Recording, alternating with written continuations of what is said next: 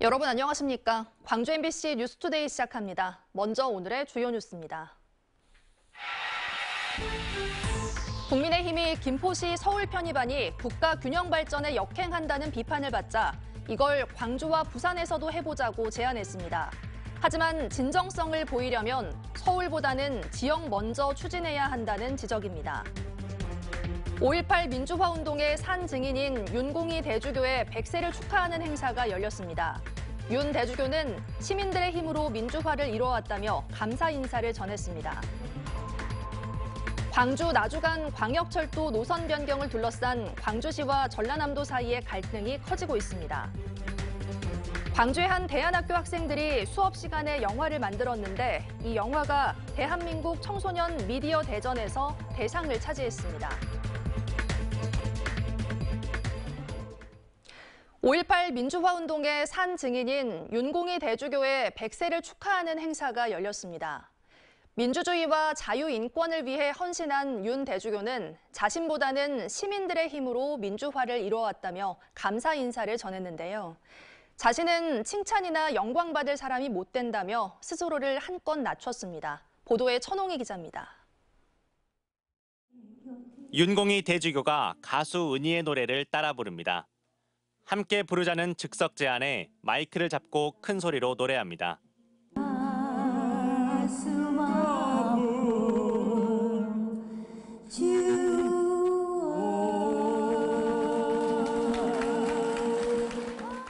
광주 전남 김대중 재단은 5.18 민주화 운동의 산 증인이자 민주주의와 자유인권을 위해 헌신해온 윤 대주교의 100세 생일을 축하하는 잔치를 열었습니다.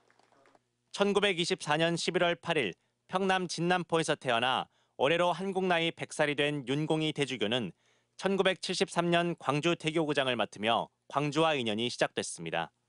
1973년부터 제7대 광주 대교구장을 맡았던 윤공희 대주교는 5.18을 겪으며 광주 시민의 아픔을 함께해왔습니다. 1980년 5.18 민주화운동 당시 현재 5.18 민주화운동 기록관에 있던 집무실에서 계엄군에 폭행당하고 있는 젊은이를 목격한 일은 윤 대주교의 가장 아픈 시련이었습니다. 5.18의 참상을 직접 목격한 뒤 시민들의 상처를 치유하고 진상규명에 앞장섰습니다. 그들이 남겨간 민주화의 거룩한 정신이 이 땅에 찬란하게 꽃피게 되기를 기원하고자 합니다. 5.18 관련자로 사형 판결을 받은 고 정동련 씨 등의 사면을 요청하기 위해 전두환을 찾아갔고 가명을 끌어내기도 했습니다. 윤공희 대주교님께서 정말 3명의 사형수를 면하게 해주셨습니다. 저희는 서로 부둥켜 안고 울고 불고 거기서 난리가 났습니다. 너무 감사하고. 이후 윤 대주교는 김소환 추기경 등과 함께 5.18 항쟁을 국내외로 알리고 진상규명과 책임자 처벌을 꾸준히 요구해왔습니다. 진정한 용서와 또 정의에 대한 계속적인 요구, 정의를 세우기 위한 그것은 같이 있을 수 있는 거예요. 사목생활 대부분을 고통받는 민중들에게 복음을 전하고 정의를 구현하는 데 바친 윤 대주교는 자신은 민주주의를 위해 한 게 없다며 한껏 몸을 낮췄습니다. 옥고를 치르신 분들이 다 여러분 계십니다. 그래서 저는 하나도 고생한 것도 없고 그런 칭찬 그런 영광을 받을 사람이 못 됩니다. MBC 뉴스 천홍입니다. 날이 급격히 쌀쌀해진 요즘인데요. 절기 입동인 오늘 정말 겨울 같은 추위가 오전 중엔 이어지겠습니다. 곡성에서는 최저기온 영하권에서 시작했고요. 그 밖에 전남 곳곳에서도 0도에서 1도 안팎에서 출발한 지역이 많습니다. 북쪽 한기가 강하게 밀려오면서 광주와 목포에서는 첫 서리가 관측되기도 했고요. 도로에 이슬이나 안개가 얼어서 살얼음이 나타날 수 있습니다. 교통안전에도 주의가 필요합니다. 광주의 최저 기온도 어제에 비해 큰 폭으로 낮아졌습니다. 아침 기온 4도 안팎으로 어제보다 무려 6도가량 낮은 기온에서 출발했고요. 그나마 한낮부터는 기온이 점차 오르면서 어제보다 3도가량 높은 기온 예상되지만 그만큼 일교차는 매우 크게 벌어지겠습니다. 옷차림에 유의하셔야겠습니다. 날씨 정보였습니다. 김포시 서울 편입안이 국가 균형 발전에 역행한다는 각계의 비판을 받자 이를 제안한 국민의힘이 호남과 영남에서도 같이 해보자고 제안했습니다. 하지만 진정성을 보이려면 서울보다는 인구 소멸 위기에 직면해 있는 지역 먼저 추진하는 것이 필요하다는 지적입니다. 김영창 기자가 취재했습니다. 국민의힘 김기현 대표가 김포시의 서울 편입안에서 한 발 더 나아간 제안을 했습니다. 메가시티를 구체화하는데 서울뿐만 아니라 부산과 광주에서도 각각 메가시티를 만들어 세 개의 축이 되도록 해보자는 구상입니다. 그러면 수도권과 비수도권의 격차도 줄 것이라고 했는데 단서를 달았습니다. 해당 지역에서 하겠다고 하면 추진하겠다는 겁니다. 비수도 주민들이 뜻을 모아 지역별 거점 역할을 하는 메가시티를 키우겠다는 의지를 표명해 오시면 주민들의 뜻을 존중해 검토해 나가도록 할 것입니다. 부산은 김해와 양산, 특히 광주는 나주 등 인접 도시와 묶어 호남권 초강력 도시로 구성하는 게 담겨져 있습니다. 광주가 그 도시 기능을 제대로 하고 또 발전하기 위해서는 광주를 중심으로 한 초강력 메가시티가 만들어져야 된다. 이를 두고 광주시와 전남도는 별다른 입장을 내놓지 않고 있지만 강기정 광주시장과 김용록 전남지사는 그와 비슷한 제안과 시도를 한 바 있습니다. 강기정 광주시장의 경우 5년 전 광주시장 경선에 나서면서 500만 메가시티 구상을 밝힌 바 있고 김용록 전남지사는 3년 전 이용석 광주시장과 광주-전남 행정통합에 합의하기도 했습니다. 과거에 천년을 함께 해온 두 지역이 미래를 위해서 우리 시도민을 위한 시도 통합 논의가 잘 이루어지기를 도민과 함께 기원합니다. 하지만 광주-전남 행정통합이나 메가시티 구상은 동력을 상실한 상태. 국민의힘이 제안한다고 해서 사라진 불꽃이 다시 붙을지는 알 수 없습니다. 광주를 축으로 한 메가시티가 김포시 서울 편입안에 대한 반발을 무마하기 위한 끼어팔기나 청소년 즉흥적 제안이 아니라는 것을 보여주는 게 선행돼야 한다는 지적입니다. 김포시의 서울 편입 이것이 취소돼야 된다. 지금 현재 정부 여당이 말하고 있는 지방 메가시티 비수도권 전역에 걸친 메가시티 계획의 진정성도 믿을 수가 있을 것이다. 국민의힘이 꺼낸 메가시티 전국화 정책에 대한 진정성을 두고 지역 안팎에서는 잇따라 의문이 제기되고 있습니다. 영남과 충청권 자치단체장들이 잇따라 반발하는 가운데 강기정 광주시장과 김용록 전남지사는 조만간 입장을 정리해 발표할 것으로 알려졌습니다. MBC 뉴스 김영창입니다. 광주 나주 간 광역철도 노선 변경을 둘러싼 광주시와 전라남도 사이의 갈등이 커지고 있습니다. 광주시는 어제 전남도와 나주시에 보낸 공문에서 지역민의 편익과 경제성을 높이기 위해 기존 서창동이 아닌 효천역 경유로 노선을 변경하자는 제안에 동의하지 않는다면 사업을 접겠다는 입장을 밝혔습니다.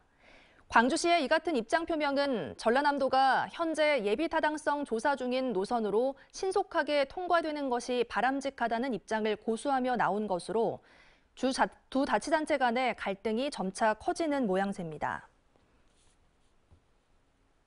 광주 고용노동청은 실업급여를 부당하게 타낸 부정수급자 16명과 사업주 3명을 적발해 검찰에 송치했다고 밝혔습니다. 광주 고용노동청에 따르면 이들은 사업주와 공모해 퇴사한 것처럼 꾸며 실업급여를 부정수급하거나 재취업 사실을 신고하지 않고 계속 받은 것으로 확인됐습니다. 이들이 부정수급한 실업급여는 1억 6,100만 원에 이르는데 노동청은 추가 징수액까지 더해 2억 5,900만 원을 국고로 환수했습니다. 또 다음 달까지 법무부와 연계해 해외 체류 기간 실업급여를 타낸 것으로 의심되는 수급자에 대해 특별 점검을 추진하겠다고 덧붙였습니다.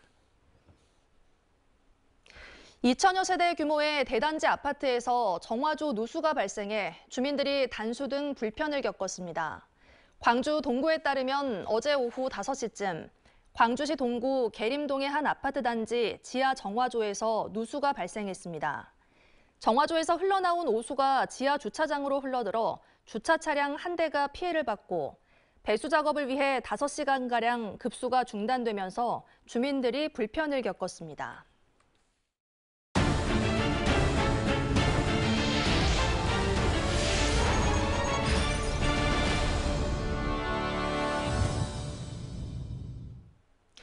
광주의 한 대안학교 학생들이 수업 시간에 만든 영화가 대한민국 청소년 미디어 대전에서 대상을 차지했습니다.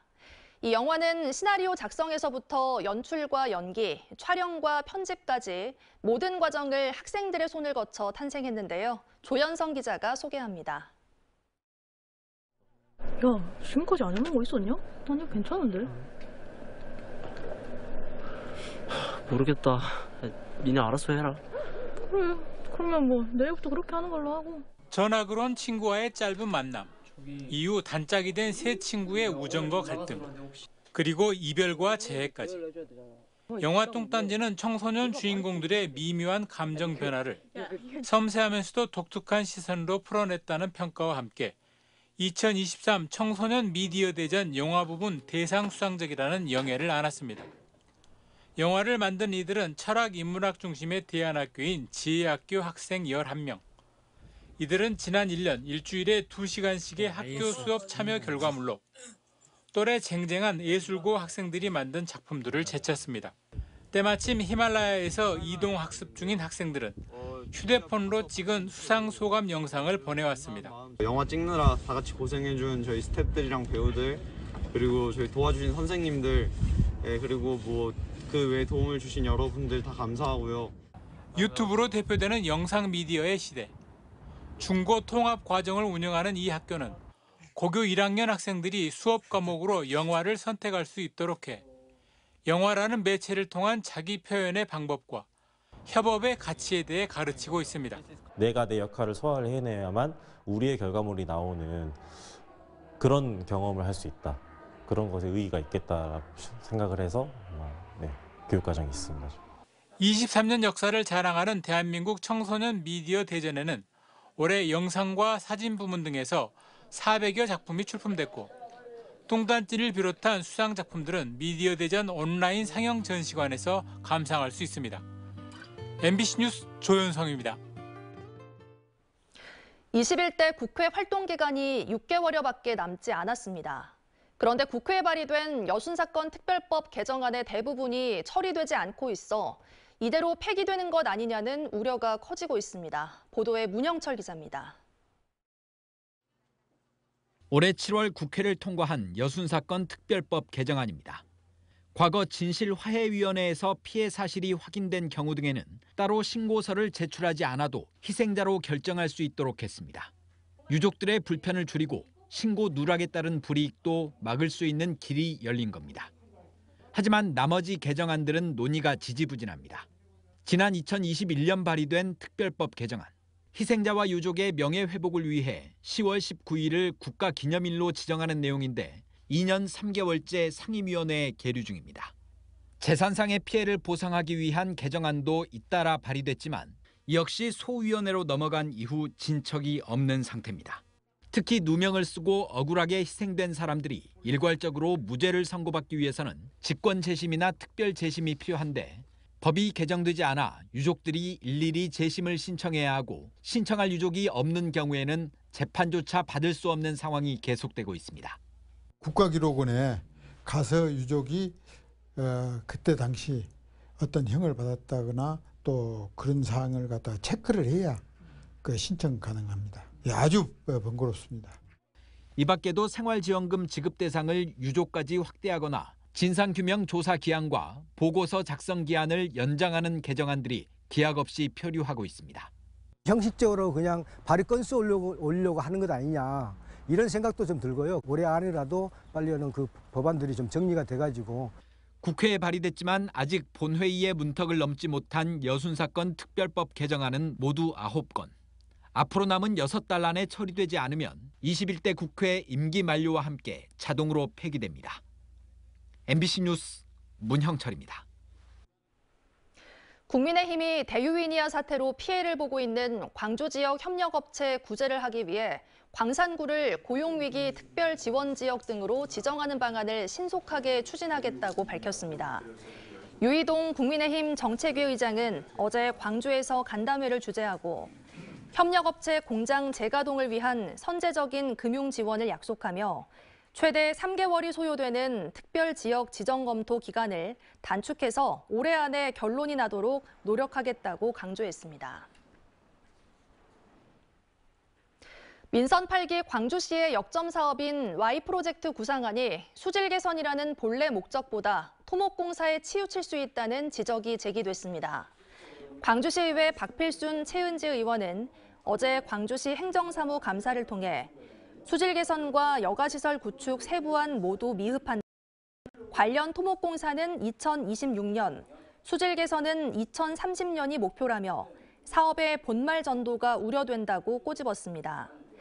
이에 대해 광주시는 영산강 상류수를 활용해 맑은 물 공급은 물론 여가시설 운영에도 무리 없는 수량 확보가 가능하다며 다양한 의견을 검토해 사업을 성공적으로 추진하겠다고 설명했습니다. 광주 도시철도 건설 현장의 수도관 파열 사고가 한 달에 한 번 이상 발생하는 것으로 나타났습니다. 최지현 광주시 의원은 2호선 공사로 수도관 파손 사고가 모두 30건 발생했는데 이 가운데 14건이 올해 발생했다며 광주시 대책이 미온적이라고 질타했습니다. 최 의원은 광주시의 초동 대처 매뉴얼 마련과 함께 노후관 교체 공사를 병행해 예산을 아낄 수 있는 방안도 고민하라고 주문했습니다.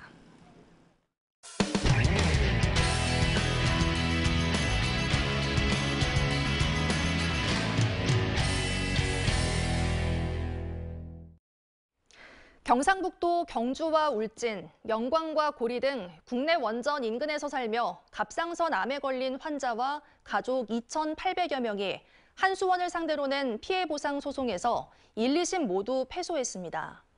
지난 2015년부터 시작된 갑상선암 공동소송은 주민들의 상고 입장에 따라 결국 대법원 판단에 맡겨졌습니다. 포항문화방송 장미쁨 기자가 보도합니다. 한국수력 원자력을 상대로 한 원전 인근 주민들의 갑상선암 집단 피해보상 소송은 2015년 시작됐습니다. 8년 동안 법정을 오가면서 1심과 2심 모두 패소했는데 법원은 원전에서 배출되는 방사능 물질과 갑상선암 사이의 인과성을 인정할 수 없다고 밝혔습니다. 방사선에 의해서 갑상선암이 유발됐을 개연성이 있다는 것을 원고들이 증명해야 된다고 판단했습니다.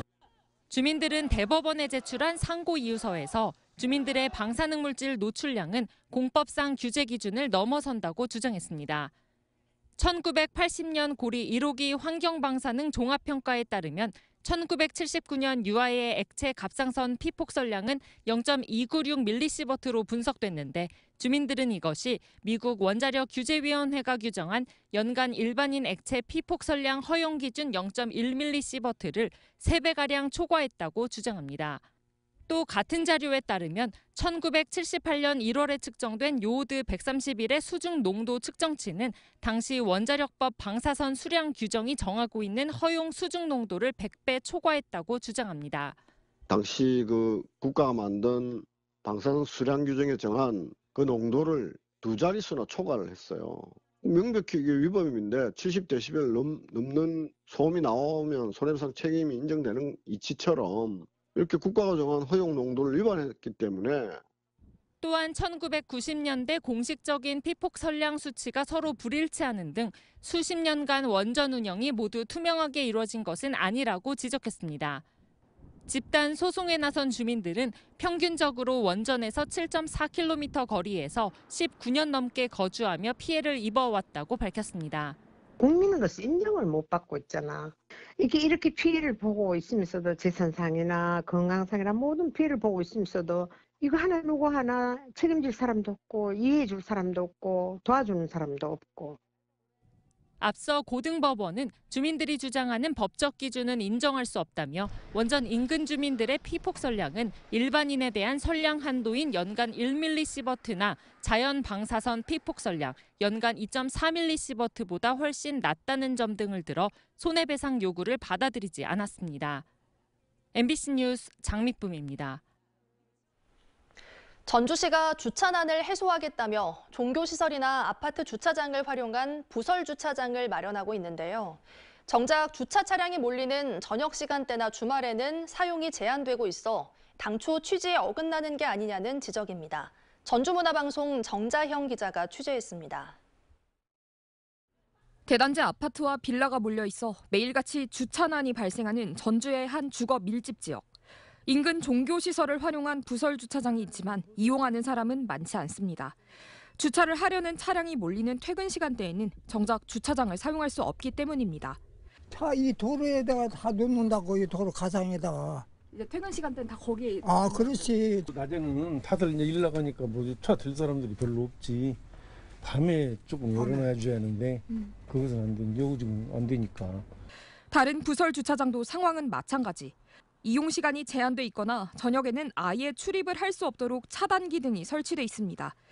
전주시는 주거단지와 도심권에서 발생하는 주차난을 해소하겠다며 종교시설 등을 활용한 부설 주차장 사업을 추진하고 있습니다. 현재 66곳이 운영 중인데 대부분 평일 오전 10시부터 저녁 6시까지로 이용이 제한되고 있는 상황이라 정작 주차 차량이 밀리는 시간대와 동떨어져 있습니다. 반면 주차 공간을 제공하는 시설에는 도색이나 CCTV 설치 등을 명목으로 최대 2천만 원씩 시비가 지급돼 주차장 소유자 좋은 일만 해주는 것 아니냐는 볼멘 소리가 나옵니다. 특혜 준 거밖에 없죠. 주말에는 차를 빼달라고 하거나 아예 도색까지 해서 아예 막아버리니까. 이에 전주시는 당초 주당 35시간 이상 개방할 수 있는 곳만 부설 주차장으로 선정했는데 민간의 협조를 전제로 한 사업인 만큼 개방 시간 확대에는 추가 조율이 필요하다는 설명입니다.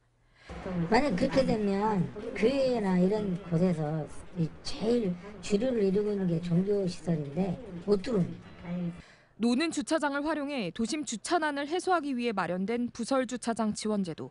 실질적인 시민 편의를 도모할 수 있도록 지속적인 논의가 필요해 보입니다. MBC 뉴스 정자영입니다. 한 대기업이 시공을 맡은 빌라가 입주 전 여러 가지 하자가 발생해 주민들의 민원이 잇따르고 있습니다. 그런데 여기에 더해 해당 빌라 단지 안에 매입되지 않은 묘지가 있는 사실이 뒤늦게 알려져 논란이 일고 있습니다. 제주문화방송 김하은 기자의 보도입니다.